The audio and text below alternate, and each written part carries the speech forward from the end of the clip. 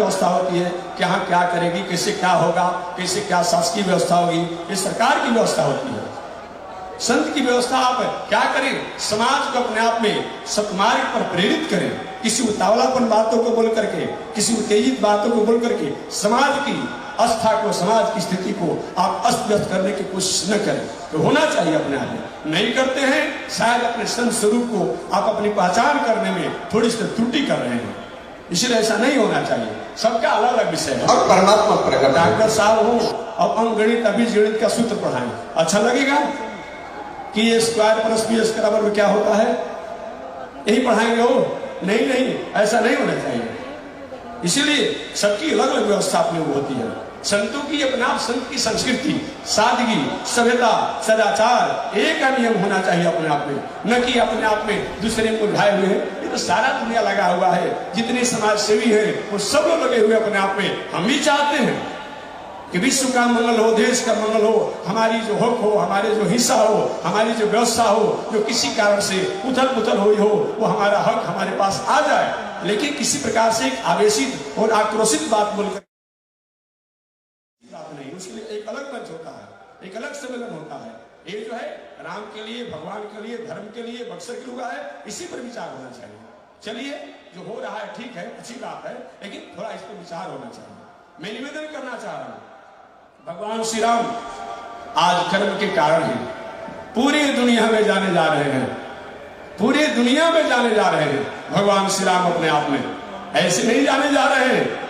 उस कुंवारावस्था में, बाल्यावस्था में अपने आप में इसी बक्सर में आए और इसी बक्सर में आकर के अपने आप में मारी स्वाहू। मारी स्वाहू का मतलब क्या होता है?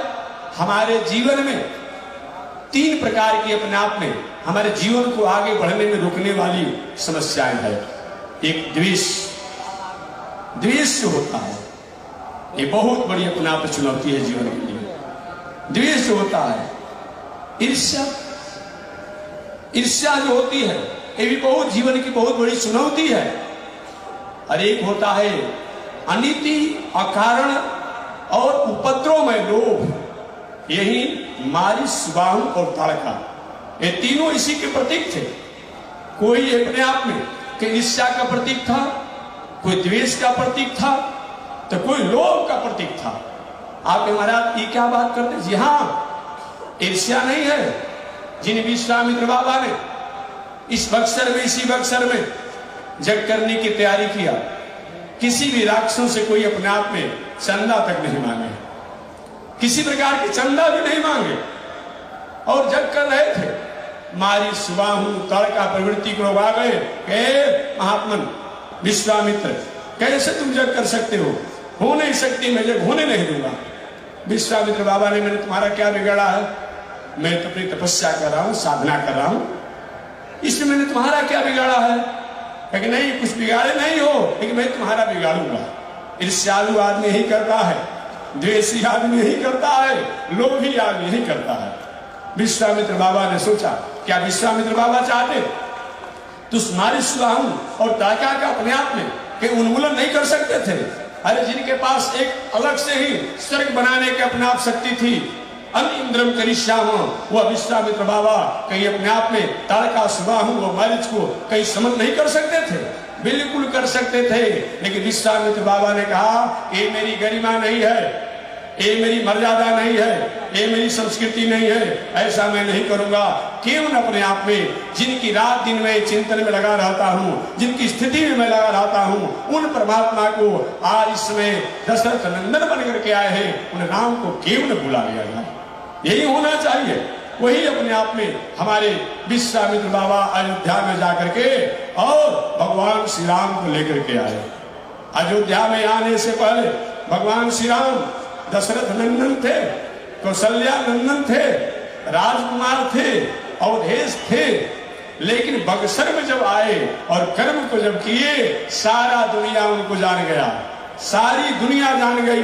ये बक्सर केवल विश्वामित्र बाबा की तपस्थली नहीं है, बक्सर केवल वामन भगवान की जन्मस्थली नहीं है, बक्सर केवल नारद जी, भार्गव ऋषि, गौतम ऋषि, ऐसे प्रवृत्ति के ऋषियों की केवल तपस्या साधना स्थली नहीं है, बल्कि बक्सर वही है कि दुनिया में जो भी देवता हैं उन सभी देवताओं की जन्मभूमि भी है। मैंने कहा भी था जन्मभूमि है। आप कहें कैसे? इसलिए कि कश्यप अदिति महातप की ना, वही कश्यप और अदिति इसी बगसर में तपस्या किए, तो तपस्या के फल स्वरूप अपने आप में 12 आदित्य लोग हुए। और एक मिनट पहले भी मैंने कहा था सम्मेलन में कि भले अपने आप भगवान श्री राम अयोध्या में चले गए, लेकिन पूरे सूर्यवंशियों का, पूरे रघुवंशियों का, पूरे इक्ष्वाकु वंशियों का अगर कोई मूल जन्मभूमि है, मूल अगर अपने आप में अपना निवास है, घर है, जन्मभूमि है, तो यह बक्सर है। क्योंकि जब सूर्य नारायण का जन्मभूमि जब ये हो गया, तो उसी सूर्य बल से प्रगट जो हुए उनका जन्मभूमि नहीं होगा। कर्मभूमि भले अलग अलग जाकर की अपने आप में। तो एक सबसे बड़ी आश्चर्य की बात यह है ये बक्सर की, कि भगवान श्री राम की मूल जन्मभूमि बक्सर है, भगवान श्री राम की कर्मभूमि बक्सर है, और भगवान श्री राम की गुरु भूमि जो है, गुरुस्थली जो है, ये बक्सर है। ये कभी कभी कहीं ऐसा मिलता है और बाकी नहीं मिलता है। अयोध्या है, अयोध्या भगवान श्री राम की जन्मभूमि है, लेकिन बक्सर जो है भगवान वामन की जन्मभूमि है, और भगवान श्री राम की भी मूल जन्मभूमि है, और विश्वामित्र की तपस्थली है, गौतम ऋषि की तपस्थली है। इसलिए ये भगवान की जन्मभूमि भी, और भगवान की कर्मभूमि भी, और भगवान की शिक्षा ज्ञान भूमि भी, और ऐसा कोई दुनिया में स्थान है वो बक्सर के अलावा और कोई नहीं है। प्रमाण के लिए अगर किसी को संदेह होगा तो ये हमसे पूछेगा अपने आप में, प्रमाणिक रूप में, तार्किक रूप में नहीं जवाब दूंगा। तो मैं निवेदन करना चाहता हूं वह बक्सर है भगवान श्री राम। समय को बता दिए भाई, मैं अपने समय करूंगा। भगवान श्री राम इसी बक्सर में अपने आप में जब आए, तो आने के बाद अब पूरे दुनिया में कौन ऐसा भागा होगा जो भगवान श्री राम को नहीं जानता होगा। मैंने बताया था कि लिखा है वाल्मीकि रामायण, आध्यात्म रामायण, मूल रामायण इत्यादि में कि कौन ऐसा दुनिया में होगा जो भगवान श्री राम को नाम नहीं लेता होगा, उनको नहीं जानता होगा। आराम कहेंगे तब, विराम कहेंगे तब, हराम कहेंगे तब, ऐसे समान भाषा में राम राम कहेंगे तब, किसी भी विषम से विषम परिस्थितियों में राम से कोई अलग नहीं है। ऐसे राम अगर दुनिया में जाने गए, यही बक्सर में आने के कारण ही जाने गए। काश भगवान श्री राम इस बक्सर में नहीं आते। इस तरीका से दुनिया में आज एक मर्यादा पुरुषोत्तम के रूप में जो कहलाने का भगवान श्री राम की अपने आप में एक है स्वरूप, वह शायद कहीं अधूरी हो जाती। इसलिए वही ये बक्सर है जहां पर नित्य वैदिक मंत्र से ऋषि होम करते थे। यहाँ व्यास भी वेदांत के सिद्धांत कहते थे। यहाँ वही वह राष्ट्र है, वही ये देश है। मैं तो यहाँ तक कहना चाहूंगा कि पूरे विश्व का अगर कहीं प्राचीन अपने आप में शिक्षा स्थली है, ज्ञान स्थली है, वह शिक्षा स्थली, ज्ञान स्थली और शोध स्थली, जैसे आज भारत सरकार द्वारा शोध स्थान बनाया गया है, तो शोध स्थली अगर कोई है यह बक्सर है, और दुनिया में कोई नहीं है। क्योंकि गायत्री विश्वामित्र, वो विश्वामित्र बाबा ने जो गायत्री मंत्र है यहीं पर शोध करके, यहीं पर तपस्या करके, यहीं पर साधना करके, और इस बक्सर में अपने आप में उस गायत्री मंत्र को दुनिया के लोगों के उपकार और मंगल के लिए दिया।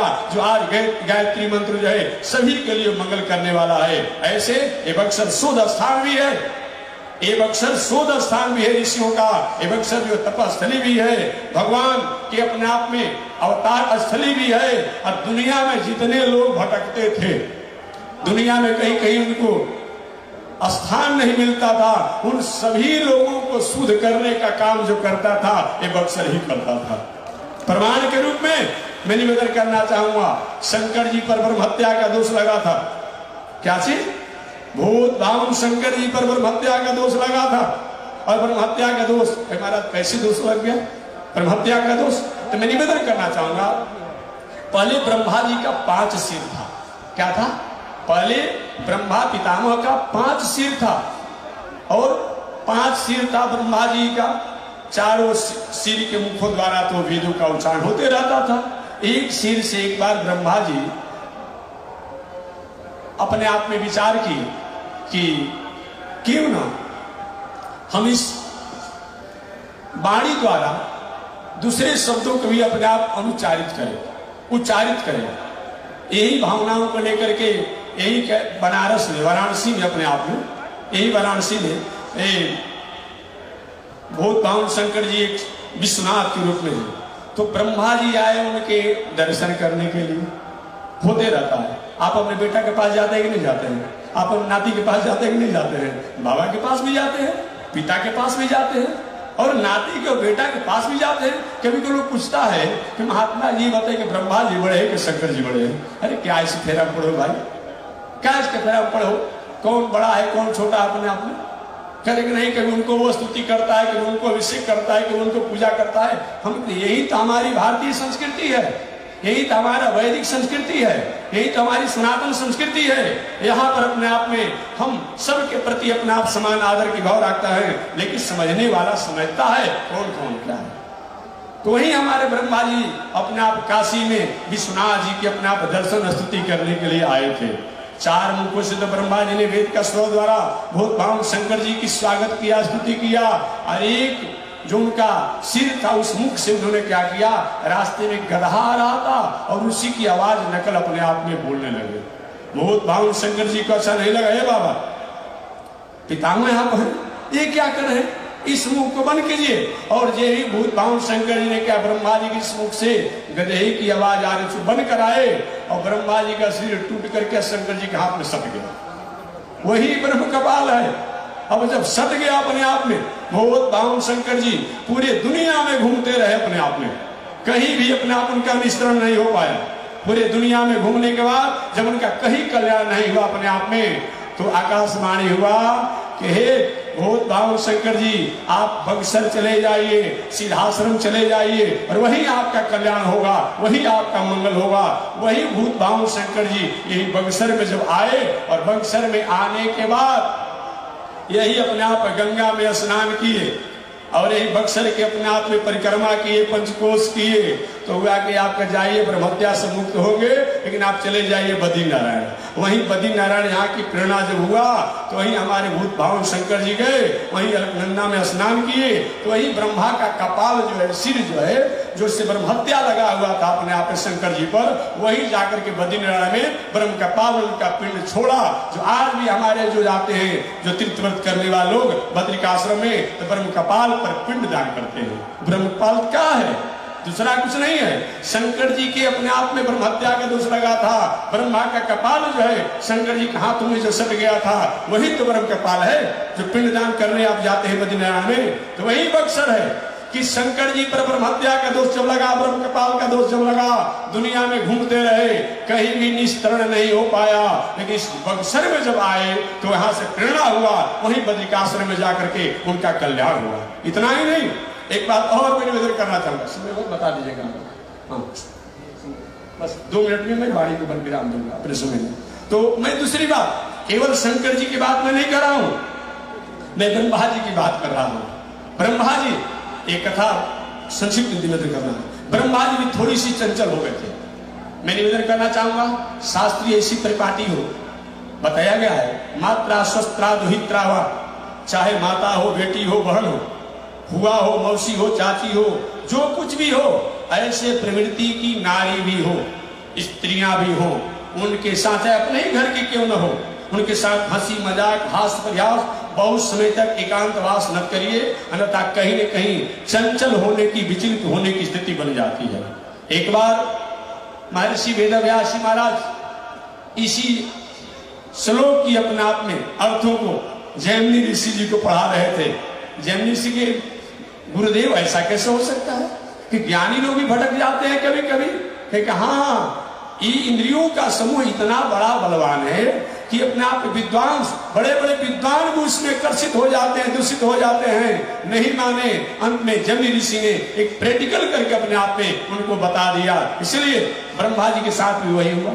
ब्रह्मा जी ने सरस्वती देवी जी को प्रकट किया, और सरस्वती देवी को जब प्रकट किया ब्रह्मा जी, तो प्रकट करने के बाद न जाने कहां उनकी बुद्धि कहीं जाकर के किसी बाजार में, कहीं अपने आप में किसी दुकानदार के पास कहीं बिका गया कि क्या हो गया, हम क्या बताएं अपने आप में। और ब्रह्मा जी जो अपने आप सरस्वती देवी जी को अपने आप प्रकट किए, उनके प्रति उनकी थोड़ी सी चंचलता हो गई, चंचलता हो गई, और चंचलता जब हो गई तो भले वो हत्या नहीं किए, लेकिन ब्रह्म हत्या का दोष हो गया।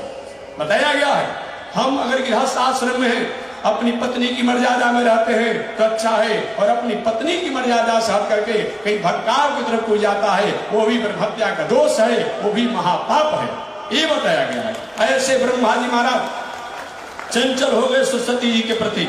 उस समय जाकर मरीचि इत्यादि ऋषियों का पिताजी नाक कट जाएगा, कहीं कम नहीं रहेंगे, अपनी भावनाओं को वापस लीजिए। ब्रह्मा जी अपने को अपमानित हुए, और ब्रह्मा जी ने सब अपने शक्ति द्वारा क्या किए, अपने को दो स्वरूप में बना लिए। वही अपने आप में मनु और शत्रुपा के रूप में हो गए। मनु और शत्रुपा के रूप में ब्रह्मा जी हो गए। तो ब्रह्मा जी पर अपने आप वही जब ब्रह्म हत्या का दोष माने सरस्वती के प्रति जो भावना हो गई थी, वो जब हुआ कि महाराज ये पाप से मुक्ति कैसे मिलेगी, ब्रह्मा जी पूरे दुनिया में घूमते रहे, और यही जब बक्सर में आए तो बक्सर में आने के बाद वो मुक्त हो गए। अब बाद में अपने शरीर को चलकर उन्होंने मनु और शत्रुपा के रूप में स्थापित किया। ये सब इतिहास जानता है, तो वही ये बक्सर है। इसीलिए ऐसे सिद्धाश्रम नाम नहीं है, ये काम भी है, कर्म के कारण ही। वही मैं कर्म के बारे में बता रहा हूँ। ये ऐसे हुए, इतना ही नहीं, जो इंद्र आज देवताओं के राजा कहे जाते हैं, ये भी भ्रमित हो गए। 3 बार तो इतिहासों में विशिष्ट का प्रमाण है। एक तो हमारी साक्षात्कार गवाह के रूप में हमारी गौतम ऋषि की पत्नी माता अहल्या जी है। अहल्या जी के प्रति गौतम जी की जो रुझाने जो थी अच्छी नहीं थी।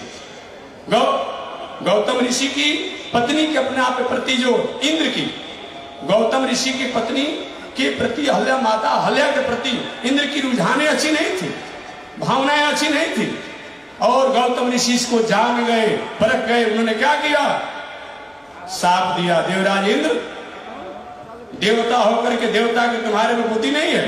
रामचरितमानस में देवताओं की एक परिचय बताया गया है, आप जानते भी होंगे देवता किसे कहते हैं। ऐसी सामान्य भाषा में देवताओं को परिभाषित किया जाए तो देवता का मतलब होता है जिसके कार्य, कर्म, दर्शन, व्यवहार से जगत का मंगल होता हो, उसी को देवता कहते हैं। लेकिन रामचरितमानस में सरस्वती देवी ने देवताओं की एक परिभाषा बताया है कि देवता किसे कहते हैं।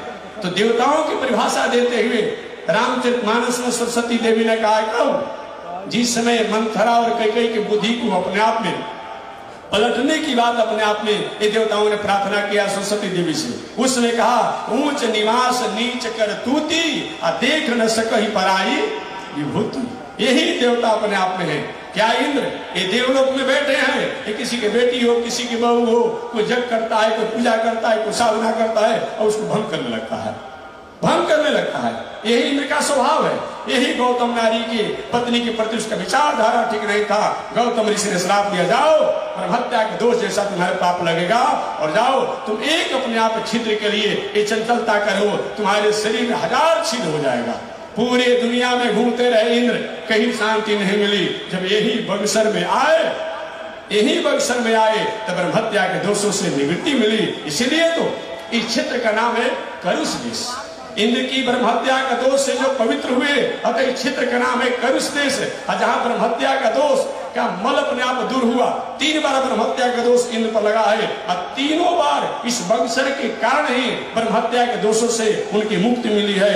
तो जहां पर इंद्र ब्रह्म हत्या के दोषों से मुक्त हुए हैं वो करुष हो गया, और जहां पर ब्रह्म हत्या के दोष कि अपने आप में दूर हुआ वहीं पर मलद देश हो गया, मगध नहीं मलद देश हो गया। इस तरह बताया गया। तो वही बक्सर है जहां पर इंद्र, ब्रह्मा, भूत भावन शंकर जी, और बात तो छोड़ दीजिए, ये विश्वामित्र बाबा यहाँ के जो कुलपति बने हुए हैं बक्सर के, विश्वामित्र बाबा भले प्रयागराज के भरद्वाज ऋषि कुलपति हैं, लेकिन ये बक्सर के कुलपति कोई है तो हमारे विश्वामित्र बाबा है।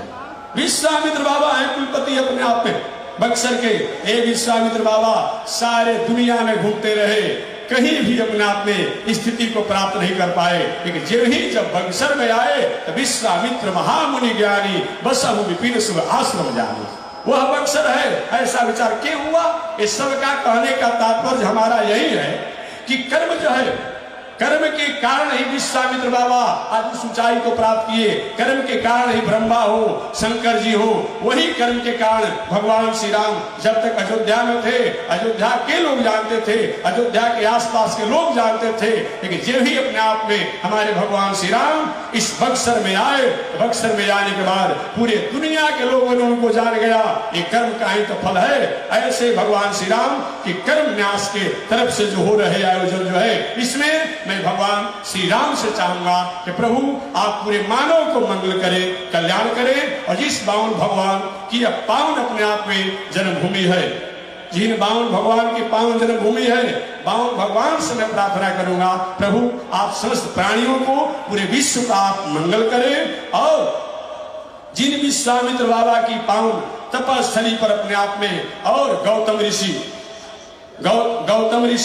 नारद ऋषि, उदालक ऋषि, भार्गव ऋषि, ऐसे ऋषियों ने इस बक्सर में रह करके मानव के कल्याण करने के लिए ये अपने आप में ये अपना आविष्कार स्थल रखा था, रिसर्च स्थल रखा था बक्सर। ये बक्सर ऐसा नहीं है, पूरे विश्व के उस समय के ऋषि रूप में, ऋषि स्वरूप में जो अपने आप में वैज्ञानिक थे, उन सभी ऋषि स्वरूप वैज्ञानिकों का ये बक्सर जो है रिसर्च स्थल था, अपने आप में आविष्कार स्थल था।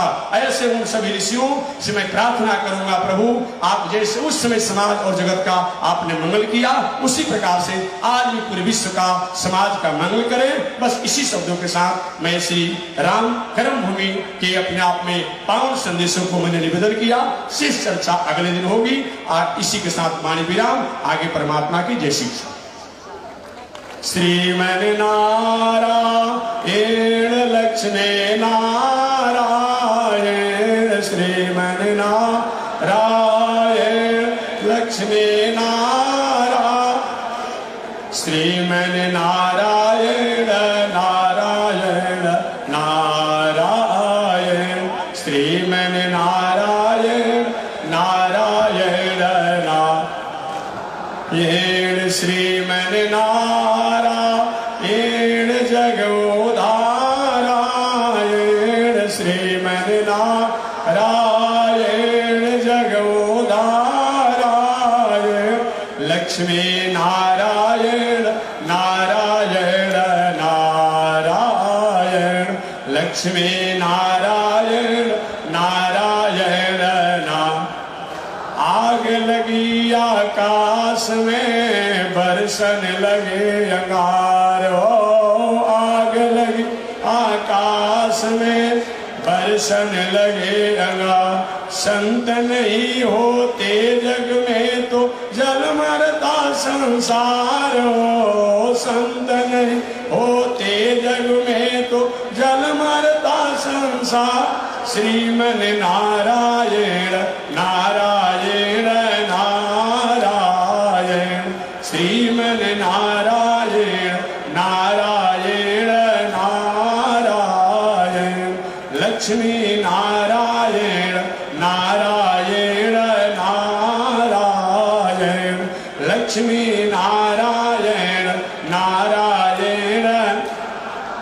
तैनी देखी रघुनाथ जी हमारे ओरिया, तैनी देखी रघुनाथ जी हमारे ओरिया, तैनी ताकी रघुनाथ जी हमारे ओरिया, तैनी ताकी रघुनाथ जी हमारे। बगसर में आके रवा तड़का के मरनी, बगसर में आके रवा तड़का के मर, गौतम नारी अहिल्या के तरनी, गौतम नारी अहिल्या के तरनी, देखी रघुनाथ जी हमारे ओरिया, तनी देखी रघुनाथ जी हमारे ओरिया, तनी ताकी रघुनाथ जी हमारे ओरिया, तनी ताकी रघुनाथ जी हमारे। बोलिए श्री लक्ष्मी नारायण भगवान की, श्री भाष्यकार भगवान श्री रामानुजाचार्य स्वामी जी महाराज की, श्री भाष्यकार भगवान श्री रामानुजाचार्य स्वामी जी महाराज की, श्री प्रतिवाद भयंकराचार्य स्वामी जी महाराज की, अनंताचार्य गादी स्वामी जी महाराज की, परमाचार्य रामकृष्णाचार्य स्वामी जी महाराज की, विश्वबंध जगदाचार्य श्रीमद विश्वक्सेनाचार्य अस्मदाचार्य पूज्य गुरुदेव श्री त्रिदंडे स्वामी जी महाराज के, श्री त्रिदंडे स्वामी जी महाराज के, वामनाश्रम सिद्धाश्रम चरित्रवन वगसर विहार भारत धाम की, वगसर विहार भारत धाम की, जगत जननी जगदम्बा श्री महालक्ष्मी माता की, महालक्ष्मी माता की, पावन धाम की, पावन धाम की, पावन स्थल की, पावन महामहोत्सव की, पावन महामहोत्सव की। जय जय श्री सीताराम, जय जय श्री राधे श्याम, जय जय श्री श्रीमन नारायण, जय जय श्री भाष्यकार, जय जय श्री भाष्यकार। हरि ओम। शांति है, शांति है, शांति। अब आपके सामने अपने वैदुष्य की प्रतिभा से पांडित्य ही जिनकी अपने आप जीवन का एक आधार है, शास्त्रों की समन्वय, शास्त्रों का संगत और शास्त्रों द्वारा समाज के लोगों को उस मुकाम तक पहुंचाने में जो अपने आप में कृत माने जाते हैं, ऐसे आप राम कथा पावन स्वामी जी महाराज द्वारा आप श्रवण करेंगे। जय श्री